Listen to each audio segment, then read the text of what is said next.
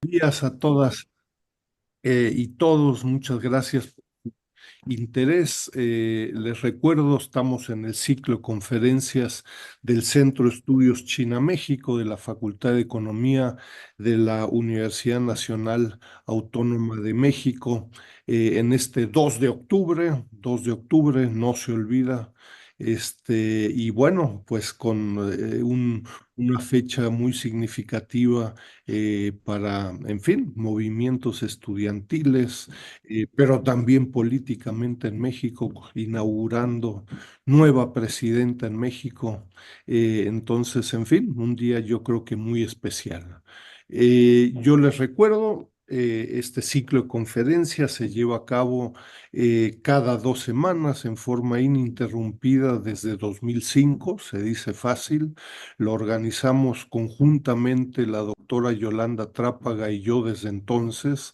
Invito a todos los que estén presentes a revisar el acervo de casi 20 años de este ciclo de conferencias, los primeros prácticamente 10 años con los PowerPoints, las presentaciones, cuando los dejaron y nos lo permitieron los ponentes, y en prácticamente los últimos 10 años con los audios y videos de los ponentes, ¿no? Yo creo que es un acervo crecientemente relevante para todas las interesadas en realizar, en fin, investigaciones e integrarse al profundo tema de la República Popular China y su relación con América Latina, con México y con otros países. Antes de presentar y darle la palabra al ponente de hoy, yo simplemente, por un lado, los invito a continuar participando en el ciclo de conferencias. Vamos a tener en las siguientes semanas un grupo de ponencias desde una perspectiva histórica, ¿no? Con Freddy Kawich Carrillo, sobre el tema de la migración, temas específicos de migración, con José Miguel Vildas Kunstaman, una contribución histórica relevante, me parece, del siglo XIX.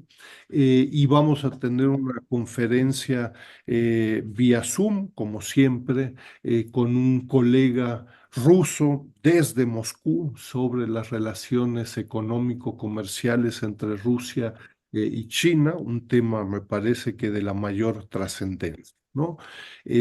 Además, yo insistiría, les recuerdo, está abierta la convocatoria para participar en la séptima conferencia, no conferencia, sino que en el séptimo seminario internacional de la Red Académica de América Latina y el Caribe. Este séptimo seminario se va a llevar a cabo a finales de mayo del 2025. Pareciera que falta mucho tiempo.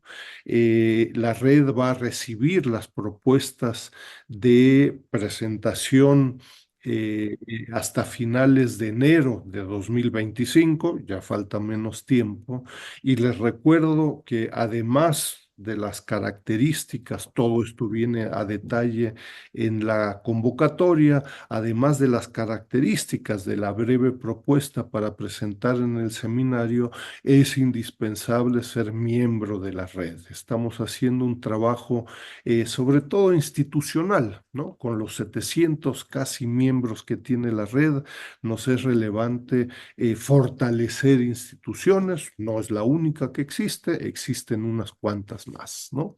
En fin, larga introducción, una disculpa. El día de hoy, pues bueno, muy contentos de contar con el maestro Javier Enríquez Venegas. Yo les recuerdo, Javier es asociado senior de TRS Consulting y además actualmente es becario del programa de becas para investigadores sobre China 2024, que es impulsado por el CECHIMEX y por la red ALC China.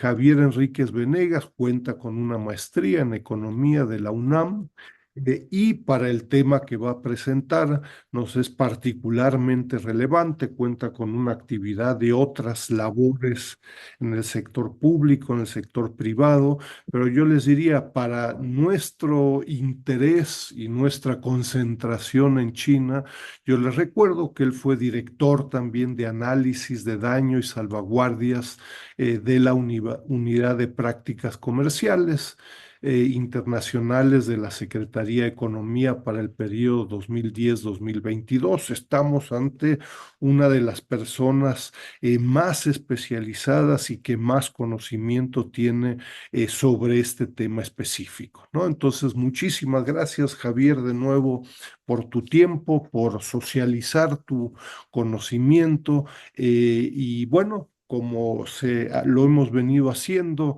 en el ciclo de conferencias, contaríamos con una presentación de alrededor de 45 minutos, poco más, poco menos, y les recuerdo a los asistentes, las preguntas, sugerencias, críticas se harán vía el chat de Zoom, ¿no?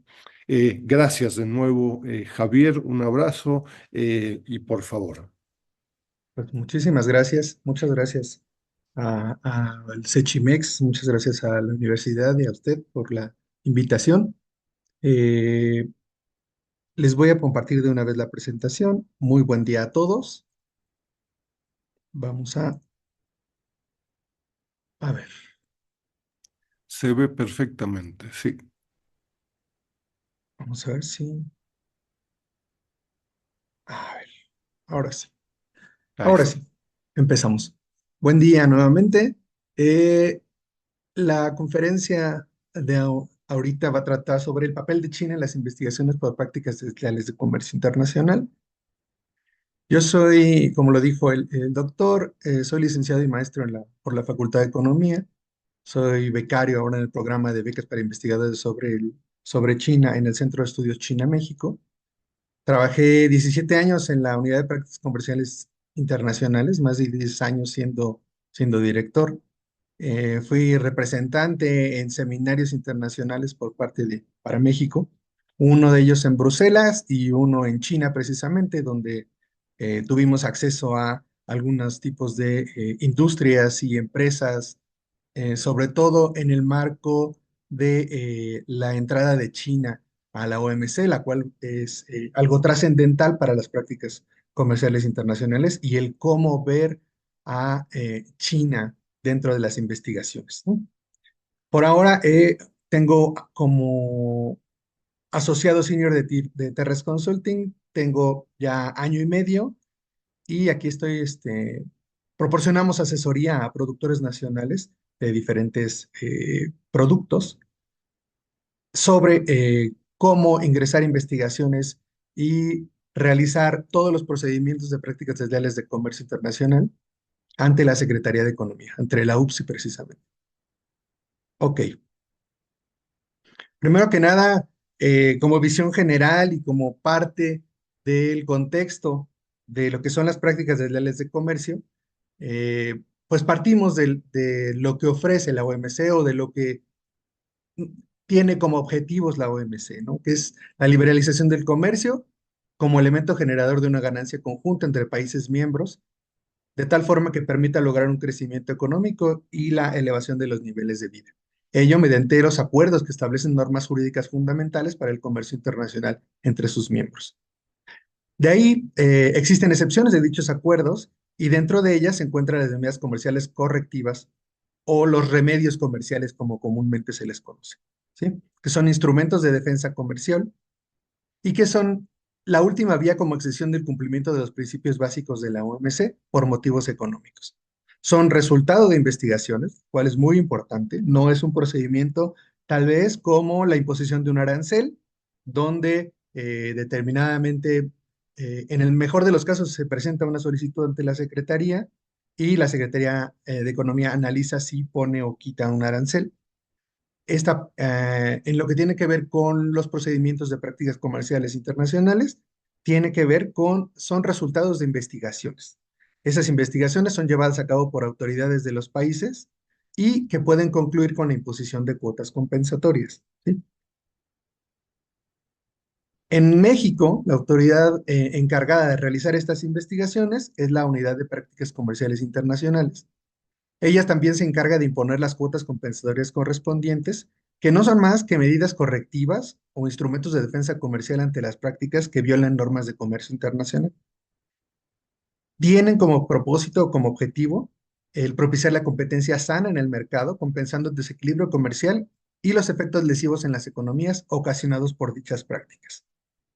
Aquí vamos a hacer un poco una comparativa en lo que son las medidas antidumping y subvenciones con las medidas de salvaguardia. La medida de salvaguardia, si bien también se solicita mediante un proceso de investigación, eh, no está derivada de un problema de precios, ni está derivada de un problema de comercio desleal, ¿no? La salvaguardia tiene que ver sobre todo con comercio leal, normal, simplemente tiene que ver con un problema de cantidades, ¿no? Es decir, tú negocias un acuerdo con tu contraparte y decides quitarle los aranceles, abrir la importación de ciertas mercancías y te das cuenta en pocos meses que no fuiste capaz o que no eres capaz, no tienes la capacidad de competir con ella, con la capacidad de ellos. Bueno, entonces es cuando tú tienes un problema de cantidades y tú sabes que al poco tiempo vas a tener un daño grave, una afectación importante en la industria y entonces si ingresas una solicitud de investigación por salvaguardias a fin de que te incrementen nuevamente los aranceles o de que pongan medidas como si fuera un cupo de importación, es decir, medidas distintas a las que tendríamos ante investigaciones por prácticas desleales, que son antidumping y subvenciones. Ahí es importante decir que estas dependen o provienen de efectivamente un comercio desleal y derivan específicamente de problemas de precios. Son para países específicos y productos específicos, ¿sí? Y ahora sí, como fruto de esas investigaciones por prácticas desleales, pues entonces vamos a tener, en el mejor de los casos, para los productores nacionales, unas cuotas compensatorias o bien un compromiso de precios por parte de los países exportadores o de las empresas de los países exportadores para poder negociar precios límite hacia abajo, ¿no? Es decir, tú vas a poner, el productor exportador te va a decir, yo me comprometo a vender a tal precio para no afectar. Ese sería también un compromiso de precios, ¿sí? Ok. Prácticas desleales de comercio, estos son lo que se considera según el artículo 28 de la ley. Se consideran prácticas desleales de comercio internacional la importación de mercancías en condiciones de discriminación de precios o dumping o de subvenciones en el país exportador, tales que causen daño a una rama de la producción nacional de mercancías idénticas o similares en los términos del artículo 39. Ok, tenemos entonces lo que nosotros le llamamos la trinidad del dumping o la trinidad de las investigaciones. Tenemos siempre que tener estos tres elementos para poder imponer una cuota compensatoria. Primero, saber que existe una práctica desleal, ya sea mediante dumping o mediante subvenciones. Dos, saber que hay un daño, una amenaza de daño, un retraso en la creación de una rama para la rama de producción nacional. Y tres, que ese retraso, esa afectación, ese daño se deba precisamente a la práctica desleal. Es decir, que el principal factor de la afectación sea la práctica desleal. No necesariamente, como lo vamos a ver más adelante, mm, el daño tiene que deberse solo a las prácticas desleales. Ok, vamos a hacer, este es un pequeño esquemita donde tenemos varios tipos de análisis y varios tipos de productos. En este caso, la primera parte, tenemos el análisis desde el país exportador, donde vamos a analizar la práctica desleal, el dumping o las subvenciones, y vamos a tener un valor normal y un precio de exportación. Ese es un primer análisis en el país de origen de las mercancías. Y el segundo análisis que vamos a hacer es la repercusión de ese tipo de ingreso de mercancías en cuanto a volúmenes y precios, que normalmente vienen mucho más bajos que los de la producción nacional, y lo vamos a hacer desde México, en el país importador. Entonces, son dos análisis distintos que al final se van a conjuntar en uno solo, ¿sí? Ok, el dumping. Bueno, el dumping viene del término en inglés, ¿no? Que significa hacer referencia a la práctica monopolística de discriminación de precios y consiste en vender el mismo producto a precios distintos en distintos mercados. ¿Sí? Esto es importante porque a final de cuentas es un producto que es similar, que va a tener prácticamente el mismo costo y por plena lógica económica no podría venderse más barato, no podría llegar más barato al país importador que lo que cuesta en el país de origen o lo que se vende en el país de origen. Ok. En términos de la ley, el dumping es la introducción a territorio nacional de mercancías a un precio inferior a su valor normal. Es decir, el precio por ejemplo, este ejemplo de lápices el ejemplo de una práctica desleal es que, por ejemplo, en Estados Unidos se venderían a $10, mientras que a México llegarían a $5, lo cual es completamente ilógico o irracional económicamente, ¿no? Que después lo veremos más a fondo, porque en realidad, pues lo que tratan de hacer muchas de las economías es vender a precios más bajos para poder acceder al mercado al que van a ingresar y entonces poder depredar en ese mercado, ¿no? Abriéndose cada vez más espacio. Y la otra es que tal vez es una mercancía que sobra, que es un sobrante y que no se consume en el mercado de origen y que después, pues eso se puede vender prácticamente casi regalada al producto, al país importador, ¿no? Ok. ¿Qué es el valor normal? Son precios en el mercado interno que estén dados en el curso de operaciones comerciales normales, que no es más que estén por arriba de sus costos y que sean precios efectivamente puestos al mercado, ¿no?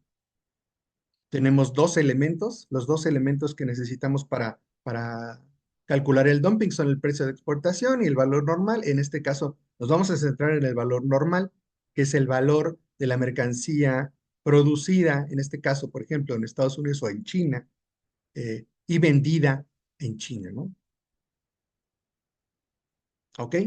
Tenemos aquí algunos problemas que podemos utilizar cuando la mercancía o los precios de la mercancía no están dados en operaciones comerciales normales, es decir, cuando están influidos por subsidios, por políticas, por eh, condiciones de mercado específicas y entonces podemos recurrir a elementos o metodologías como lo es el valor reconstruido, que no es más que eh, volver a reconstruir ese valor con el valor que deberían ser, con los costos reales y cuál es el precio y con una utilidad real para obtener efectivamente el precio al que se tendría que vender en ese país donde no operan las condiciones de operaciones comerciales normales. Y la otra es que, por ejemplo, es una empresa que no realiza ventas en el mercado interno, solo realiza o las realiza a través de una empresa vinculada, por lo cual los precios a los que vende no son precios reales en el mercado. Por lo tanto, podemos utilizar el precio de exportación a un tercer país. Esa es otra metodología. ¿Sí? Ok. Esta es la metodología, como les decía, de exportar a un tercer país, ¿no? Tú eh, vendes a tu país adentro a una empresa vinculada, que es tu subsidiaria, que es tu comercializadora, y esa comercializadora no realiza ventas dentro de tu territorio, entonces las vende a un tercer país, entonces podemos utilizar esa información del tercer país. Y la otra es, como les comentaba, el valor reconstruido, donde vamos a reconstruir a partir de costos. En este caso, por ejemplo, en caso de los lápices chinos, pues podríamos calcular cuánto de materia prima, cuánto de madera, cuánto de grafito, cuánto de metal, más la mano de obra, más los costos indirectos de fabricación para obtener un costo de producción. Le vamos a sumar gastos más una utilidad razonable para entonces poder obtener un valor reconstruido y poder tener ese valor reconstruido como un nuevo valor normal, ¿sí? Considerando que las ventas no estén dadas en condiciones de operaciones normales. Y finalmente, esta es otra metodología que normalmente se utilizaba, era muy recurrente hasta hace unos años, y que a partir de hace un año y medio, la autoridad en México no está, endureció la política al respecto, ¿no? ¿Qué era lo que pasaba? Eh, Antes, hace hace 20 años, China no era parte de la OMC, ¿no? Al no ser parte de la OMC, o hasta 2000, parece que es 2006 cuando entra directamente y 2008 cuando ya se empieza a considerar en las investigaciones como tales. Se ganaron 2 años al final con una negociación que se hizo para poner las investigaciones de conformidad. Eh, se, Antes se consideraba automáticamente a China como una economía centralmente planificada. A partir de su ingreso a la OMC, se le tiene que tratar como una economía de libre comercio, como una economía como cualquiera de las demás. Bueno, excepto, bueno, tenemos los casos también ahí, por ejemplo, a veces de Rusia, a veces de economías también que todavía tienen esta parte de ser centralmente planificadas, ¿no? Bueno, ahora se comenzó a tener un requisito que para poder utilizar un país sustituto en lugar de China, tenías que demostrar que China en ese sector no era, no vendía, no operaba en condiciones de libre mercado, ¿sí? Últimamente, como les comentaba, la autoridad se puso un poco más exigente en ese sentido y está exigiendo que el probar que China no es una economía de mercado se debe de probar específicamente en el producto de investigación. No basta con que sea en el sector. Hagan de cuenta, si yo, por ejemplo, tengo una investigación de tornillos, pues entonces tal vez con haber probado anteriormente que la afectación estaba en el sector del acero, era suficiente. Ahora, desde hace unos años, la autoridad está diciendo, no, me tienes que probar que específicamente el tornillo, la producción de tornillos está afectada eh, por las políticas públicas o no está en condiciones de libre comercio. Entonces, bueno, ese es un tema que quizá podemos abordar más adelante, pero este es un buen ejemplo de lo que ha cambiado, ¿no? Entonces, normalmente se utilizaba China como país centralmente planificado, una economía centralmente planificada, y se escogía un tercer país, y entonces uno podía calcular ese valor normal a partir de ese tercer país. ¿Cuál país? Pues dependía del tipo de producto. Podría ser, tal vez en el caso de textiles, podría ser Turquía, tal vez en el caso de químicos podría ser Estados Unidos, tal vez en el caso de, es decir, cada tipo de producto tenía un país, podría tener un país sustituto. Ok, ¿qué hacemos después de calcular? Bueno, pues vamos a tener los dos elementos que les comentaba. Uno, el precio de exportación, que no es más que el precio al que ingresan las importaciones, ajustado hacia obtener el precio ex-works, al precio saliendo de fábrica, al que se le tienen que hacer diversos ajustes, es decir, se le quitan fletes, el flete por ejemplo, en un caso de China, el caso del flete China-México, el flete de China interno, más algún otro incrementable que pueda tener, y lo mismo se hace con el precio de exportación, con el valor normal, ¿sí? ¿A fin de qué? De que sea una comparación equitativa. Por eso se ajustan los precios y los precios normalmente deben estar en el mismo nivel de fábrica. Por ejemplo, aquí la grafiquita que tenemos, en la ilustración que tenemos, pues tenemos dos reproductores de música, pero son distintos. Entonces, si los queremos comparar, los tenemos que llevar a un mismo nivel, ¿no? En este caso, les tendríamos que quitar algunos incrementables al segundo para ponerlo en las condiciones del primero. Ok, ahora sí. ¿Cómo se calcula el margen de discriminación de precios? Comparando el valor normal con el precio de exportación. En este caso, el valor normal en Estados Unidos sería de $16 y el precio de exportación sería de 12. Tendríamos un margen de dumping absoluto de $4 y un margen de dumping en términos relativos de 33%. ¿Sí?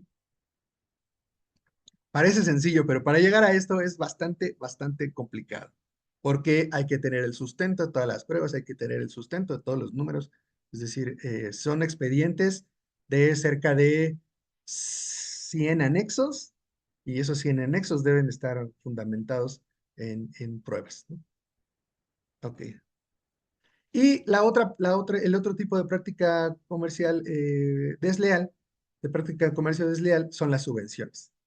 Las subvenciones son contribuciones financieras que otorga un gobierno o organismos públicos a cualquier organismo regional público mixto constituido por varios países que afectan directa o indirectamente a una empresa o rama de producción y que otorguen un beneficio. Estos cuatro elementos se tienen que considerar específicamente y la cuota que se impondría después de una investigación por subvenciones es el margen de subvenciones que corresponde al monto del beneficio. Aquí se vuelve mucho más complicado porque lo que hay que hacer es revisar los planes de cada uno de los países, de cada uno de los sectores, y entonces se van sumando, restando, dividiendo los montos a fin de obtener el monto específico del beneficio que le queda al kilogramo de tornillo, por ejemplo, o a la pieza o a una silla, ¿no? Entonces se va haciendo mucho, mucho más complicado y esta es una de las razones por las que eh, prácticamente no hay ya investigaciones por subsidios. ¿Qué es lo que va a pasar con la investigación por subsidios? Que se va a reflejar en precios bajos y esos precios bajos es mucho más fácil medirlos a través del dumping que a través de subsidios. ¿Sí? Por eso normalmente no se están llevando ya a cabo tantas investigaciones por subsidios. Ok, regresamos y vemos que revisamos solo la primera parte de las tres cuestiones que tenemos que considerar para imponer una cuota, que es el dumping y las subvenciones. Ahora pasamos al daño. El daño es la parte, digamos, de análisis que se hace en el mercado interno y las repercusiones que tienen esas mercancías en el mercado interno. Primero que se tiene que hacer, identificar el producto. Después, establecer que existe un producto similar de fabricación nacional. Después, saber quiénes son las empresas que fabrican ese producto. Y después, probar que existe una afectación o un daño a la rama de producción de bienes similares. ¿Sí? Ok, son normalmente investigaciones que tienen periodos de 3 años y el periodo de investigado o periodo para análisis de dumping es solo de 1 año. ¿Sí? En el análisis de dumping tenemos tres grandes apartados, que es el análisis del volumen de importaciones, el análisis del comportamiento y nivel de los precios del producto importado y tres, los efectos sobre la rama de la producción nacional en precios y cantidades. ¿Sí? Aquí tenemos un caso, digamos, de libro de texto del dumping, donde tenemos que el precio nacional es la línea negra y el volumen de importaciones es la verde y el precio de las importaciones es la roja. ¿Qué estamos viendo? Que a medida que el precio de las importaciones va cayendo, las importaciones van aumentando sus volúmenes, lo cual tiene bastante lógica sabiendo que normalmente en las investigaciones estamos tratando con productos commodities que dependen específicamente del precio. ¿Sí? ¿Qué pasa entonces con el precio nacional? Que si bien iba hacia arriba, a medida que el precio de las importaciones comienza a bajar, pues entonces el precio nacional también tiene que seguirlo a medida de que no siga perdiendo ventas en el mercado interno. Este tipo de afectación en el precio es típica de las investigaciones antidumping, ya sea a través de una disminución, como aquí se ve clara, o simplemente de una contención de precios donde no está pudiendo aumentar sus precios a los niveles de costos que debería, precisamente porque tiene que competir con importaciones a precios muy, muy bajos. Ok, este es el análisis de precios de subvaloración. Y aquí tenemos, por ejemplo, eh, ¿cómo se hace el análisis? ¿Qué se hace el análisis? El análisis no es más que contrario al análisis de dumping, donde el análisis de precios lo hacemos en el país de origen, el análisis de subvaloración o análisis de precios nacionales se hace en México. Es decir, lejos de quitarle todos los incrementables, ahora le sumamos los incrementables para traerlo en México y compararlo con el precio del Producto Nacional puesto en planta. ¿Sí? Es decir, el precio en frontera con el precio en planta en México a fin de que sean comparables y decir si efectivamente existió una subvaloración. ¿Sí? Estos son un ejemplo de indicadores que normalmente se analizan. El mercado, el CNA, que no es más que el consumo nacional aparente, que es como la oferta disponible en el mercado, el CI o el consumo interno, que es más que un indicador de demanda del mercado, que son las importaciones más las ventas internas, y indicadores como la producción nacional alimentaria interna, exportaciones, ventas, autoconsumo, inventarios, empleo. Son muchos indicadores, son 16 indicadores que te pide la ley y que tenemos que analizar en las investigaciones. Y ahí vamos a evaluar el daño, ahí precisamente. ¿En qué? ¿En qué lo podemos ver? En una disminución de la producción. Primero, la lógica sería disminución de ventas internas por desplazamiento. A medida que se disminuyen las ventas al mercado interno, pues puede ser que se reduzca la producción, que se acumulen inventarios, ¿sí? Que después, que en un periodo posterior caiga el empleo, caiga el salario, que la capacidad instalada de la industria reduzca su utilización, es decir, se van viendo afectaciones. Y por el lado financiero, pues al caer las ventas y los precios, van a caer los ingresos y con ello automáticamente van a caer las utilidades, ¿sí? Eso lo tendríamos que ver en un caso normal de dumping. Esta es una parte de, como les decía, el tercer elemento es la causalidad. Necesitamos revisar que efectivamente esas afectaciones se deban a la práctica desleal, es decir, que no se deban a contracciones del mercado, que no se deban a que privilegió la empresa exportar sobre vender al mercado interno, a que no se deba a un cambio en la tecnología, por ejemplo, en el caso de las o sea, el clásico ejemplo de las máquinas de escribir, ¿no? Que al final dejan de utilizarse por un cambio tecnológico y que si hubiese iniciado investigación hubiéramos dicho, hubiéramos determinado eso. Y por otro lado, hay elementos o otro tipo de análisis de daño que son análisis de amenaza de daño.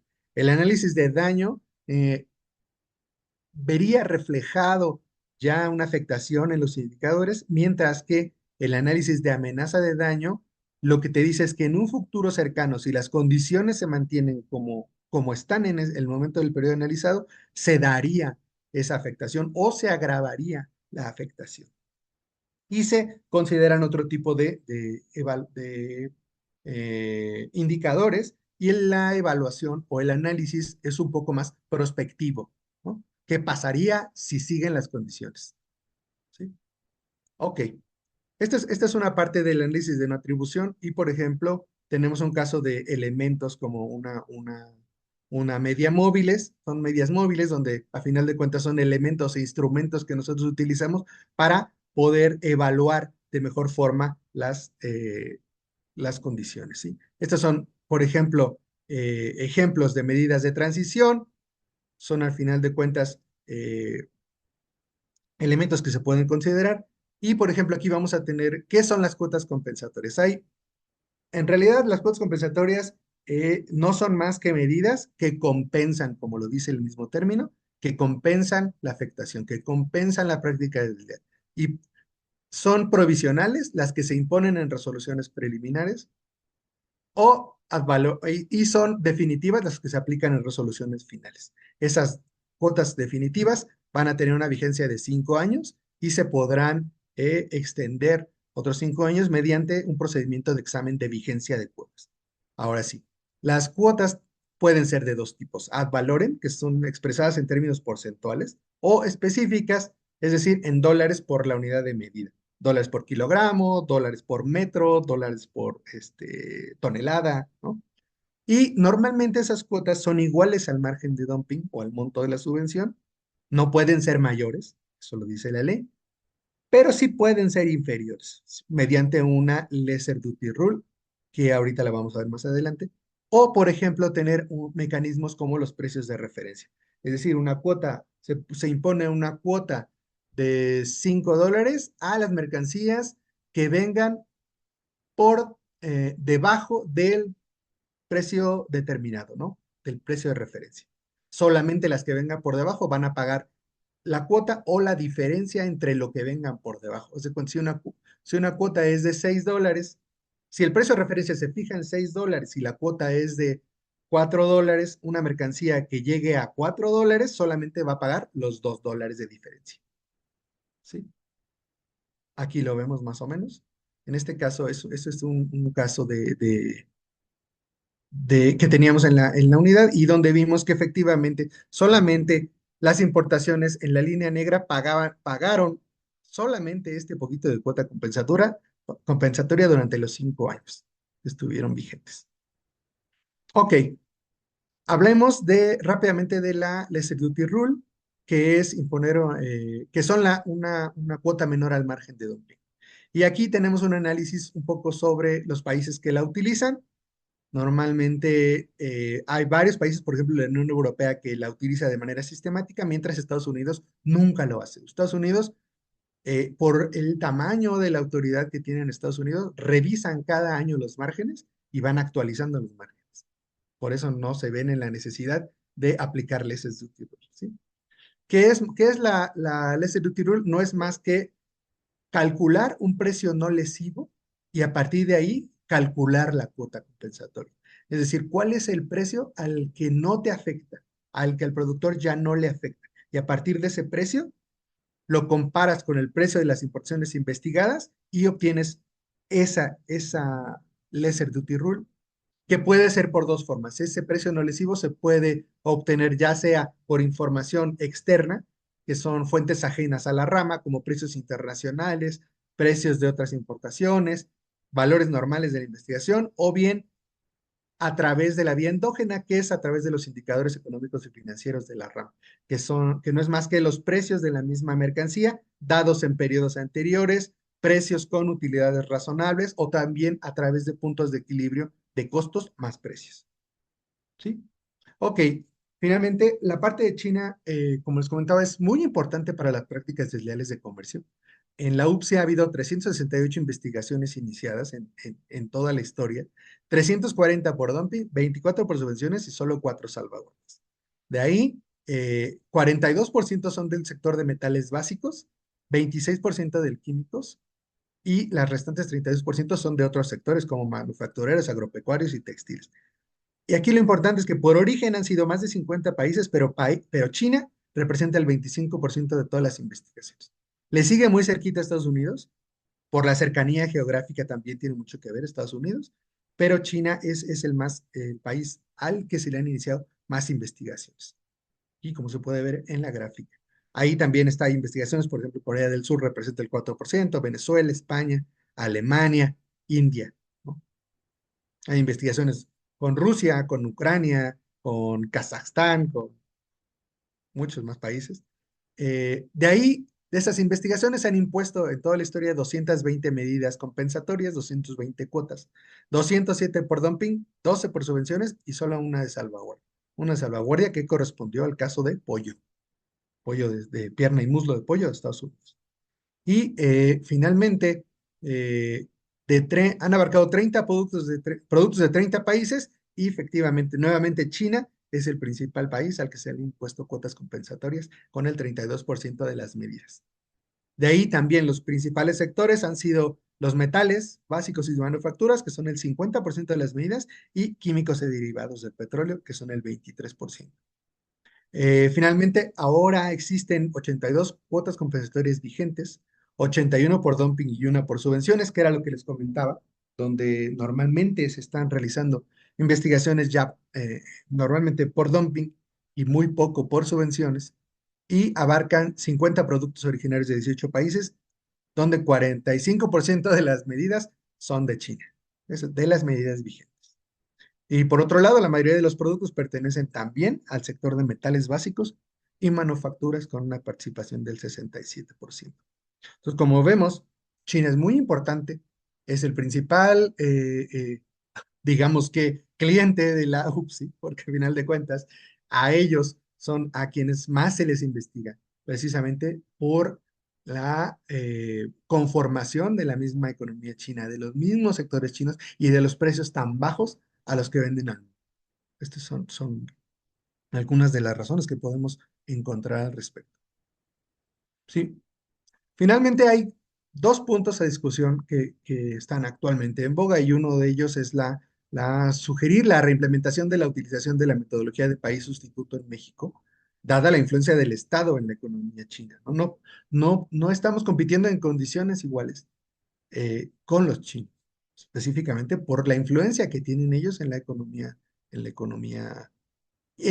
su economía, en su industria de tal forma que tienen efectos en los precios, ¿sí? Y por otro lado, el efecto de los nuevos aranceles a las importaciones chinas, no necesariamente son las importaciones, pero en este caso nos ocupa las importaciones, cómo se van a medir esos nuevos aranceles en las investigaciones por prácticas desleales de comercio. Son dos puntos que estamos analizando, que estamos revisando, efectivamente. eh, Pondremos en el escrito del proyecto final. Muchísimas gracias y quedo a sus órdenes para las preguntas. Muchas gracias por la atención y por la invitación.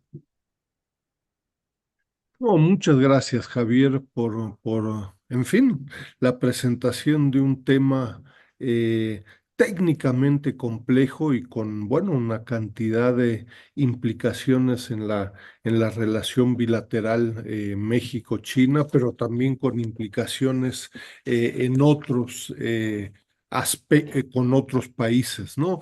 En lo que se van conformando preguntas, ya hay algunas y estoy muy agradecido. Por favor, hagan uso del chat. Eh, eh, Dos o tres preguntas por mi parte, Javier, antes de ver de nuevo las preguntas, ¿no? Uno, me gustaría escuchar tu opinión general sobre, en fin, la situación actual, la relevancia de la OMC. Hay toda una discusión ahí sobre los límites de la globalización, del libre comercio, caídas de coeficientes del comercio exterior con respecto al Producto Interno Bruto, crisis, debates dentro de la OMC. ¿Cuál es tu opinión al respecto en cuanto a la OMC? Y claro, específicamente sobre estos procesos y la relevancia del antidumping, subvenciones, salvaguardias, ¿no? Esa es una pregunta. Y después una segunda pregunta, ¿existe internacionalmente y concretamente para el caso de México, la UPSI, existe algo así como una coordinación, cooperación internacional con contrapartes, no sé, brasileñas, estadounidenses, chinas, pues para no empezar de cero en muchos procesos ya se realizaron hace 3 años en Argentina, y tal vez vuelve el caso en el caso de México. Sé que no se trata de copiar y pegar, pero ¿existe ahí alguna cooperación internacional? Eh, y después, por último, la pregunta vieja y añeja, este, de el reconocimiento de China como una economía de mercado, ¿no? Esta discusión empezó desde el ingreso de China a la Organización Mundial del Comercio a finales del 2001, ¿no? Estuvo en la agenda bilateral México-China durante mucho tiempo. eh, Creo que ha disminuido la intensidad de las contrapartes chinas para este reconocimiento, es mi impresión, ¿no? Pero probablemente me equivoque. ¿Está en la agenda? ¿Es posible? ¿Cuáles son las implicaciones en la relación bilateral México-China? ¿No? Tres primeras preguntas, de nuevo, donde pudieras abordar algunas de estas antes de abordar las que se están presentando en el chat, ¿no? Sí, ok. Sí, doctor. Pues mire, empezando por la parte de la OMC, eh, ha habido o hubo varios intentos en los últimos años por eh, reanalizar o reinterpretar la parte de los acuerdos, porque a final de cuentas los acuerdos, pues, son los mismos acuerdos que dieron origen, o sea, que están en el origen de la OMC, que no están adecuados a las nuevas, a la industria, el estatus de la industria actual, el estatus de las economías actuales. Entonces, tienen muchos conceptos y tienen muchas cuestiones que están rebasadas y que han sido reinterpretadas por cada uno de los países de distinta forma, que al final lo que hacen es llegar nuevamente a paneles de solución de controversias en la misma OMC y donde la OMC tiene que eh, comentar o determinar cuál es el país o la interpretación que va más acorde a lo que ellos dijeron, ¿no? En este caso, ellos reinterpretan los acuerdos mediante las resoluciones que toman de los mismos paneles. Entonces, como parte de toda la legislación, buena parte de la legislación eh, se necesita para argumentar muchas de las cuestiones que ya se fueron argumentadas y resueltas en la OMC, revisar todo lo que tiene que ver con paneles de controversias y de solución de controversias, ¿no? Entonces se van generando nuevas, olvidé ahorita el término legal, cuál es, pero se van jurisprudencias, nuevas, ciertas jurisprudencias, ¿no? Para entonces poder argumentar de mejor forma una resolución o un punto sobre tu investigación en específico, ¿no? Entonces, sí ha habido el intento, sin embargo, creo que últimamente se desviaron del tema y no lo volvieron a considerar. Pero bueno, cuando estuvo en la autoridad, varias veces tratamos de impulsar esta parte de revisar cuestiones de la OMC. Sin embargo, ahora desde la parte de fuera, no sé si vayan a retomar el tema en algún momento. Ok, esa es la primera parte después de la OMC. Luego, por parte de la UPSI, en algún momento hubo intentos por poner de conformidad a la práctica administrativa conforme al mundo, ¿no? Saber qué hacía cada uno de los países, qué hacía cada una de las principales autoridades y si hubo reuniones con la autoridad de Estados Unidos, con la Unión Europea, hubo reuniones me parece que con Argentina, Brasil y con Australia, me parece, ¿no?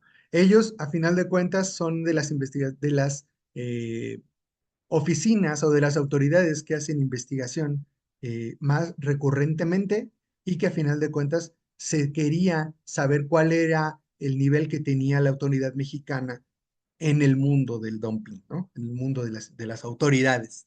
A final de cuentas, lo que se obtuvo de esa revisión que se hizo hace como, me parece, 8 o 10 años, fue efectivamente que la metodología, al final de cuentas, todos dependemos del mismo acuerdo, todos implementamos exactamente las mismas medidas y nos ubicaba a México dentro de las principales autoridades o de las autoridades que teníamos mayor experiencia al respecto, ¿sí?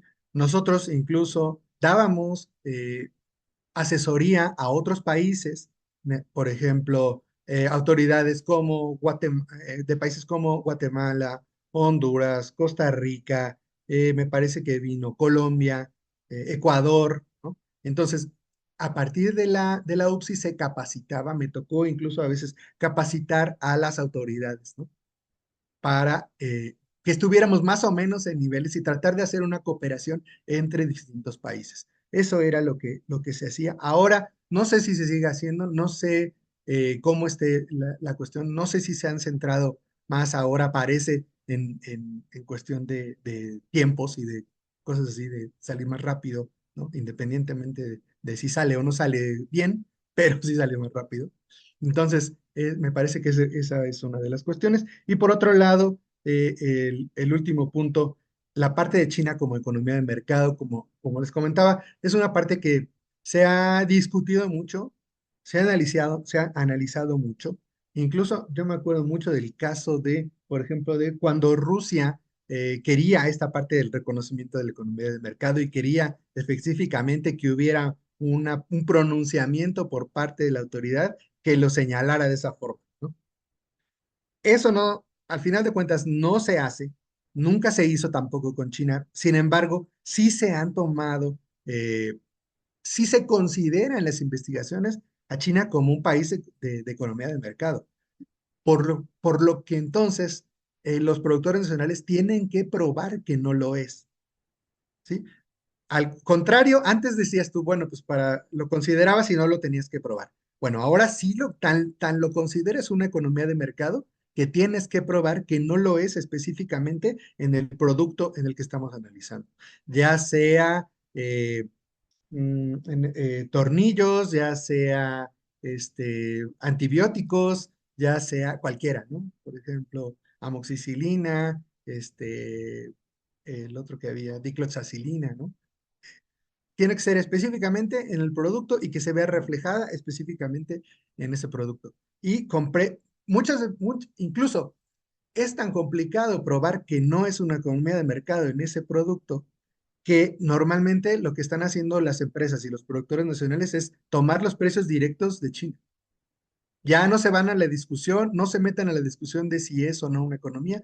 Lo que hacen es, o lo que hacemos ahora, como nosotros también parte de un despacho que representa a productores nacionales, es ir a buscar precios que se reflejen, que sean precios de mercancías vendidas efectivamente en producto chino y saber y hacer una evaluación de si esos precios están por encima de los costos. Si esos precios están por encima de los costos, pues los podemos tomar como valores normales y hacer una comparación con esos precios. ¿Qué va a pasar? Que lógicamente, pues los márgenes de dumping van a ser mucho más chiquitos que lo que pudieran haber sido o lo que tal vez serían, ¿no? Si consideráramos un país sustituto.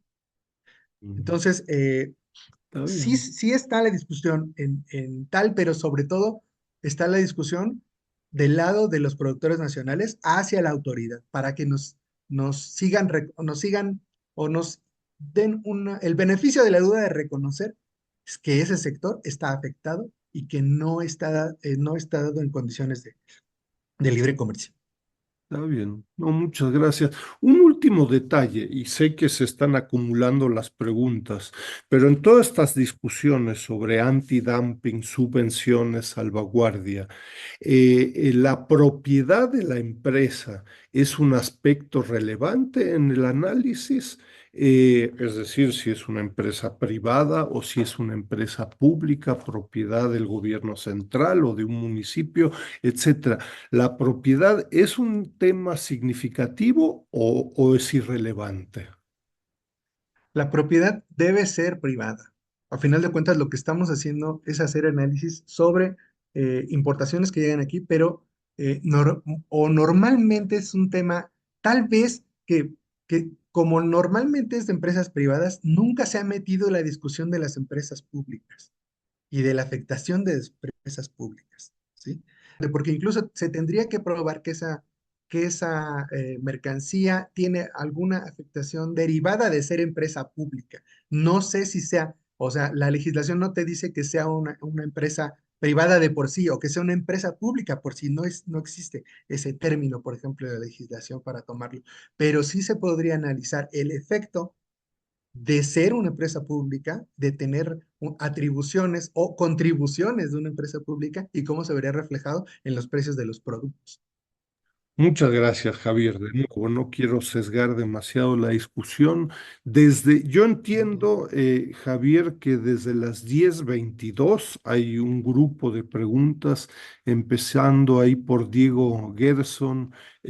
¿Tú puedes leer las preguntas? ¿Tienes Sí, acceso a ellas? sí, sí, Es yo las más tengo. fácil que tú lo hagas a que yo te las lea, ¿no? Sí, no se Y preocupe, doctor. podrás responder a en donde más cómodo te sientas, ¿no? Sí, no, no se preocupe, doctor. Ok, bueno, entonces empezamos con la primera pregunta. Dice Diego, dice, ¿existe alguna orden para decir el usar los diferentes valores normales? Pues normalmente vas a utilizar el valor normal que viene de las operaciones que se dan en el mercado interno del país. En este caso, como les comentaba, ahora lo que está haciendo, se hace con China es lo que se hace con normalmente todos los países. Tomas una lista de precios o consideras cotizaciones directas de los países, de los precios de ventas al mercado interno en el país de origen de la mercancía.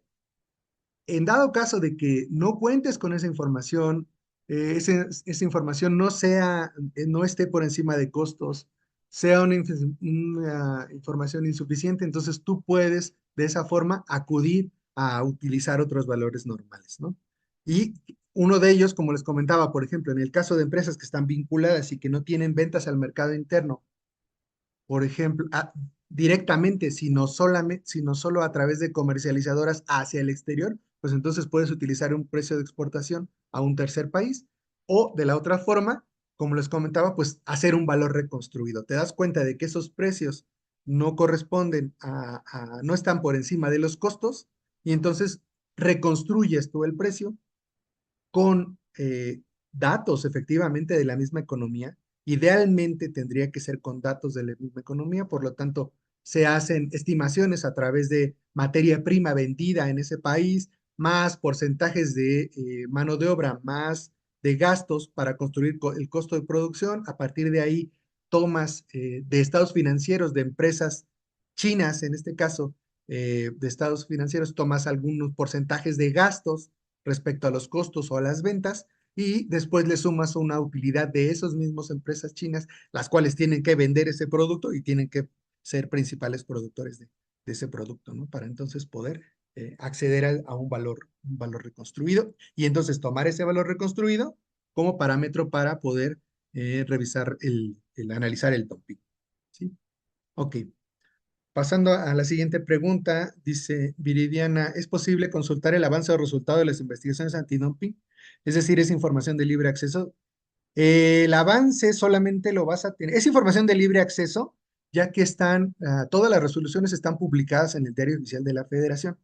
Incluso en la misma página de la UPSI hay un apartadito, un link que te lleva a todas las resoluciones publicadas en este año y después por año, ¿no? Te va explicando cada una de las, bueno, te va dando el link de cada una de las resoluciones o directamente en el DOF o incluso tú puedes googlear una investigación que te interese, tal vez, no sé, esta que les comenté de esa de pollo, o tal vez como más adelante viene algo sobre calzado, se acaba de publicar ayer dos resoluciones, una de calzado y una de llantas, ¿no? Las dos en contra de China, y las pueden revisar en el DOF, es información pública. Y sobre avances, pues los avances los vas a ver conforme se vayan publicando las resoluciones. Hazme cuenta, es un procedimiento que se lleva a lo largo de año y medio, un año, año y medio, donde se ingresa la solicitud por parte del productor nacional, representativo de la rama.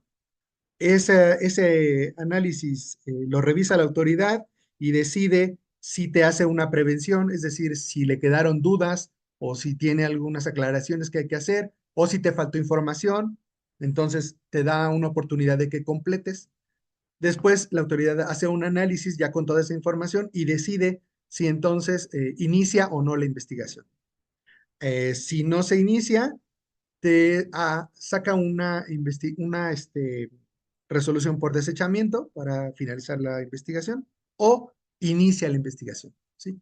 En algunos de los casos, lo que hace la autoridad incluso es decirte pues que no va a avanzar la investigación por si tú tienes alguna otra cuestión que hacer. Y después del inicio de la investigación, entonces, ahora sí se le da vista a todas las demás contrapartes, donde va a haber importadores, va a haber exportadores de la mercancía, e incluso van a participar las embajadas o representaciones comerciales de los países, ¿sí?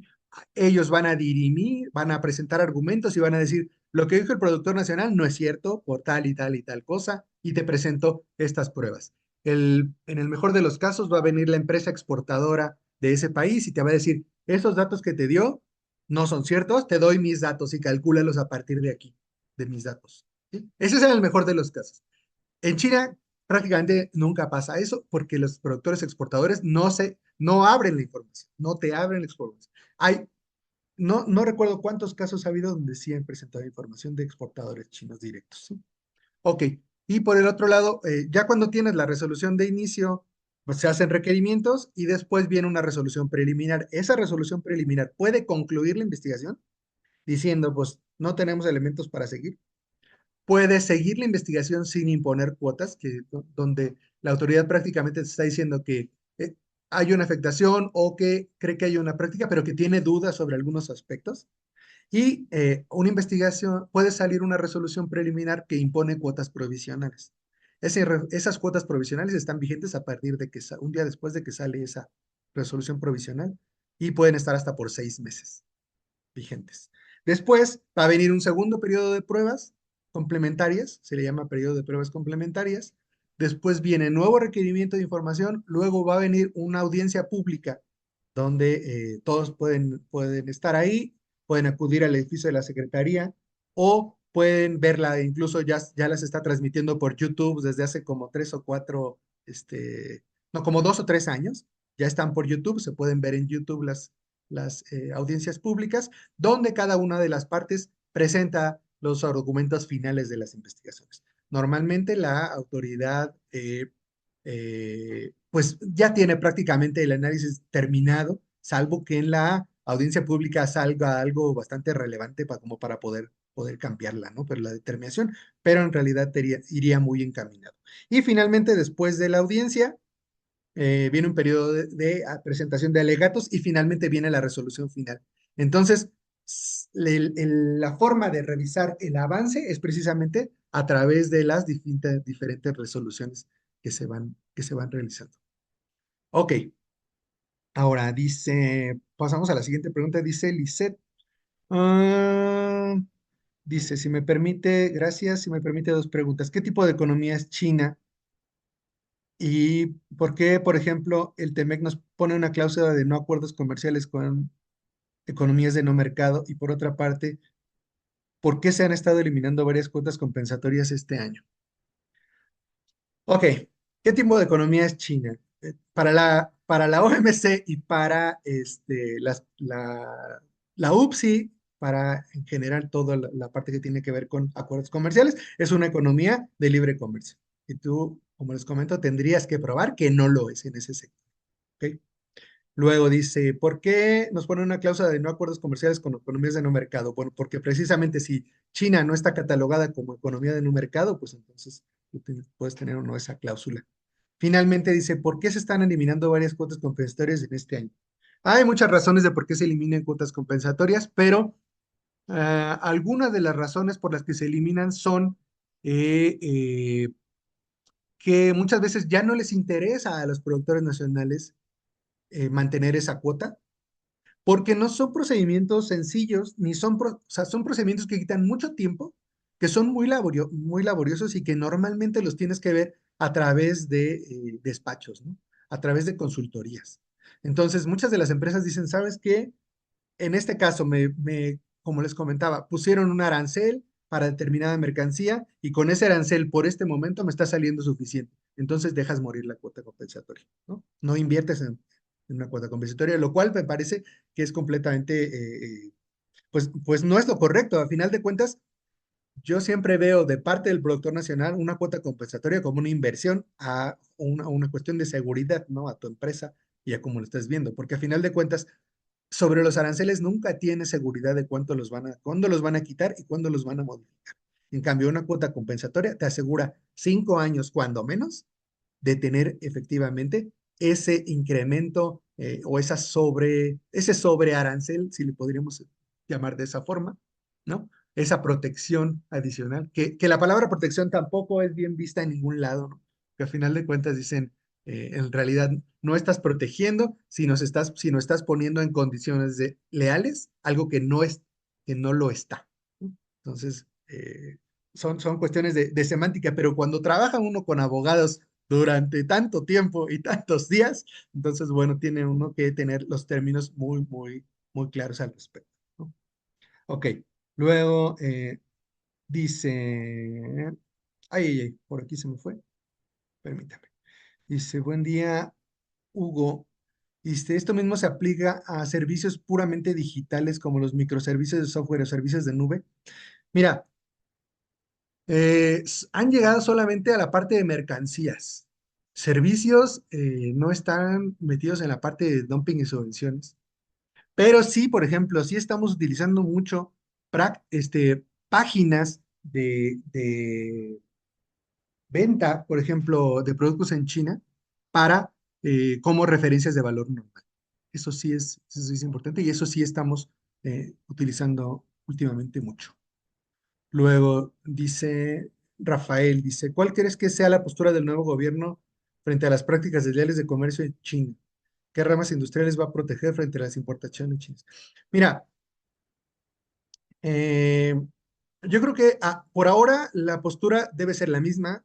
Normalmente normalmente la UPSI se había mantenido o se mantiene hasta cierto punto limitada para muchas cosas en el buen sentido de la palabra. Es decir, como todo tiene que ir respaldado con pruebas y con investigaciones, no puede emitir determinaciones que favorezcan o no a determinados sectores. ¿Qué es lo que ha pasado en esta última parte del sexenio anterior? Que hubo investigaciones, incluso que se iniciaron de oficio. Normalmente las investigaciones se usan o se inician a solicitud de parte. El caso más específico es el de la resolución publicada ayer de Calzado, donde se inició de oficio, ¿no? ¿Qué quiere decir que se inició de oficio? Que la investigación la realizó la autoridad, pero ella se encargó de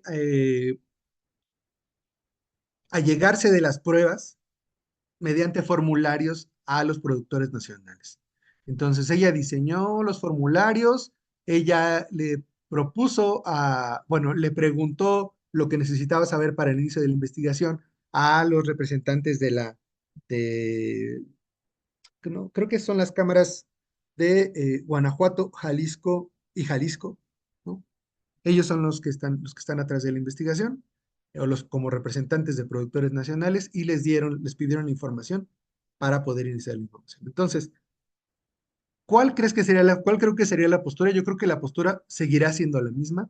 No sé si tenga que ver o vayan a seguir favoreciendo o tratando de iniciar solicitudes con sectores eh, que son considerados como delicados, por ejemplo, como es calzado o como el sector textil, ¿no? Donde sabemos que hay afectaciones derivadas o textil y vestido, ¿no? También cuestiones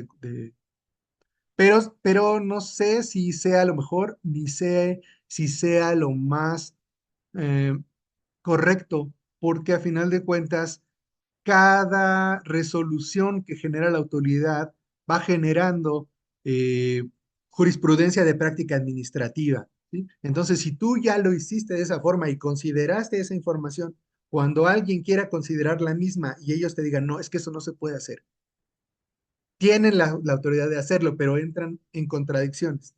Entonces hay que tener mucho cuidado con lo que se está haciendo, mucho cuidado con lo que están revisando. Yo entiendo que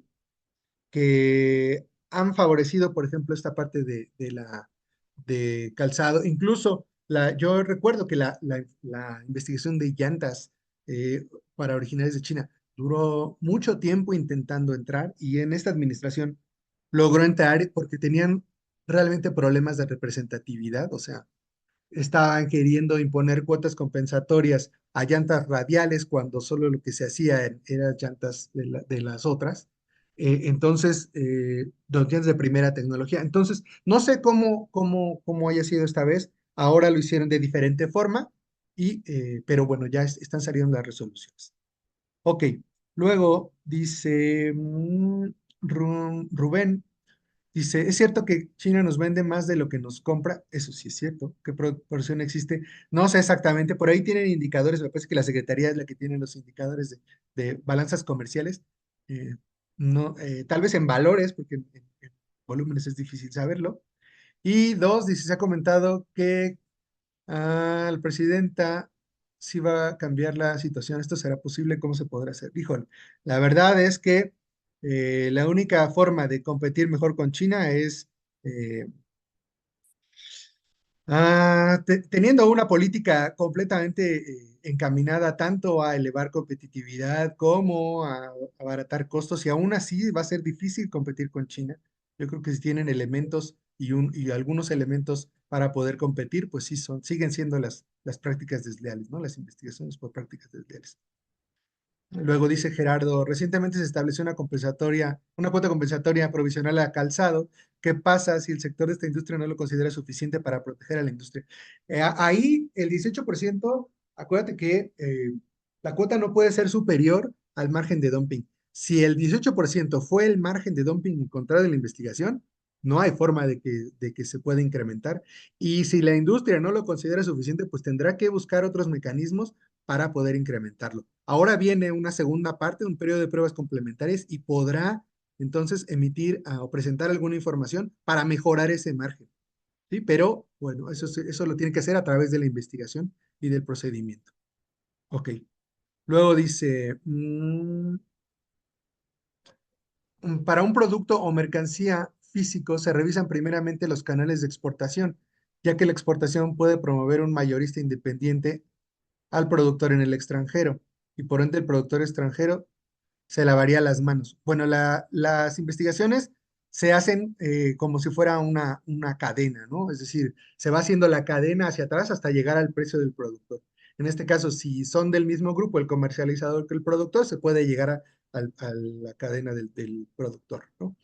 A final de cuentas, y podemos obtener de ahí los precios, los valores normales y los precios de exportación a los que se llegan los productos en las investigaciones. Ok, y finalmente dice Héctor, ¿cómo están afectando las malas prácticas de comercio al intercambio comercial entre México y China en el contexto de la reconfiguración de las cadenas globales de valor y el nearshoring, considerando también la influencia de la inversión extranjera directa proveniente de China en México? Considerando el supuesto de que muchas empresas están importando de China y solo haciendo un microproceso para hacer el pasar por el producto como hecho en México. Eso tiene que ver especialmente con reglas de origen. O sea, ahí las reglas de origen te dicen cuál es el cambio que tiene que hacer. Yo recuerdo que tienes que hacer un cambio incluso en principio de fracción arancelaria por las que entró la mercancía y por la que sale el producto distinto, ¿no? Hagan de cuenta. Eh, Nosotros tuvimos en algún momento un caso de elusiones de toallas, ¿no? Había una cuota a las toallas de baño y comenzaron a importar rollos de toalla. Entonces, ¿qué hacía con los rollos? Los rollos, importaban los rollos que no tenían cuota, los cortaban, les hacían el dobladillo y los vendían como toallas. Entonces, esa forma era un mecanismo de darle la vuelta a la cuota compensatoria y por eso hay procedimientos de elusiones para cuotas. Ahí lo que se hizo fue revisar cuánto era el valor que se agregaba para transformar el producto y saber si era significativo. Entonces, a final de cuentas, lo que se hizo a través de los procedimientos de ilusión de toallas y de cobertores en ese momento fue ponerle cuota no solo a las toallas y a los cobertores, sino a los rollos de toalla y a los rollos de cobertor que también venían de esa forma, ¿no? Listo. Creo que son todas las preguntas, doctor. Muchas gracias, Javier. Un último detalle que personalmente me surgió y creo que no se conoce mucho, yo al menos lo ignoro. Claro, ¿quiénes realizan las investigaciones en México? Yo asumo que usualmente son cámaras, organismos empresariales y que presentan los casos previa discusión interna, ¿no? Pero ¿habría algún porcentaje a grosso modo de si son instituciones o grandes empresas? Yo me imagino que MIPYMES, pues no ha de haber prácticamente ninguna, dado el costo de estos procesos, el tiempo que se lleva, etcétera. Pero ¿hay alguna idea cualitativa? No sé, son el 80% de los casos de organismos empresariales y 20% grandes empresas. ¿Podrías decir algo al respecto? Yo, yo creo que el porcentaje es más bien al revés. Es más bien al Ajá. revés. Los organismos empresariales normalmente se las presentan cuando son industrias más atomizadas. Es decir, cuando son, por ejemplo, industrias como calzado, como textiles, se agrupan, como incluso en algún caso manzanas. Cuando son muchos productores, se agrupan en en las organizaciones y presentan como organización la solicitud. Normalmente lo que pasa es que hay empresas que son, digamos, hay empresas que son, hagan de cuenta, hay 10 empresas en el sector, 5 de ellas representan el 80%. Pues esas 5 se agrupan, juntan sus datos y presentan la información a través normalmente de despachos. Incluso hay empresas que ya tienen oficinas, ¿no? Que realizan una parte de la investigación, o hay quien incluso tiene como los grandes usuarios de la UPSI o del instrumento, son tienen ya incluso oficinas, abogados y equipos de economistas que presentan directamente los casos, ya no ni siquiera a través de despachos, sino a través de sus propios mecanismos, ¿no? Su propia gente. Entonces, es muy importante eso. Y la otra es que Pues no es tan fácil, es un proceso complicado, que son muchos los requisitos por los que se tiene que entrar. Sin embargo, yo creo que las empresas al final y el sector obtiene beneficios importantes, ¿no? Esas cuotas compensatorias ha habido que hay empresas a las que se les ha permitido mantenerse en el sector, hay empresas a las que no solo se mantienen, sino retoman su crecimiento. Es decir, a final de cuentas son empresas que tienen empleos en México, que generan muchos empleos en México y que pues generan derrama económica para todas las zonas y sobre todo para el encadenamiento productivo nacional, ¿no? Hay empresas o sectores que no se pueden dejar morir, ¿no? ¿Por qué? Porque a final de cuentas son sectores clave para la industria y sectores que cualquier país debería tener protegido. No, bueno, muy interesante. Yo te agradezco enormemente por un tema complejo, muy técnico, del cual se habla mucho, pero después donde hay poca gente que tiene conocimiento legal, económico, político incluso, y la experiencia no solo del potencial de estos casos, sino que de su efectiva implementación, etcétera, etcétera, ¿no? Y para el caso de China, pareciera ser que es un tema de enorme relevancia, ¿no? Yo ahí a varios de los asistentes, varias de las preguntas, los invito a revisar las estadísticas que tenemos en el Sechimex, pueden ahí bajar la información, la relación importación-exportación con China, 11-1, 2023, pero esto a nivel de fracción arancelaria, fuente Estados Unidos, fuente China, fuente México, etcétera, ¿no? Entonces, bueno, ahí hay toda una serie de debates, discusiones, los invito a integrarse, ¿no? Javier, muchísimas gracias por tu esfuerzo. No sé si quisieras comentar algún tema adicional antes de terminar con la sesión de hoy. No, pues nada más darle las gracias a usted, a la universidad y al CECHIMEX y a todos los que estuvieron en la presentación. Muchísimas gracias por su tiempo y pues yo en poco tiempo, en un par de meses, estará ya el proyecto terminado y la investigación ahí presentada por el propio CECHIMEX y tratamos de que sea para beneficio de todos, ¿no? De la sociedad. Fantástico. Muy bien. Muchas gracias, Muchísimas Javier. Muchas gracias. gracias a los asistentes. Un excelente día y excelente semana. Gracias, Muchas Javier. Buen gracias a día. todos. Gracias, buen día. Hasta luego.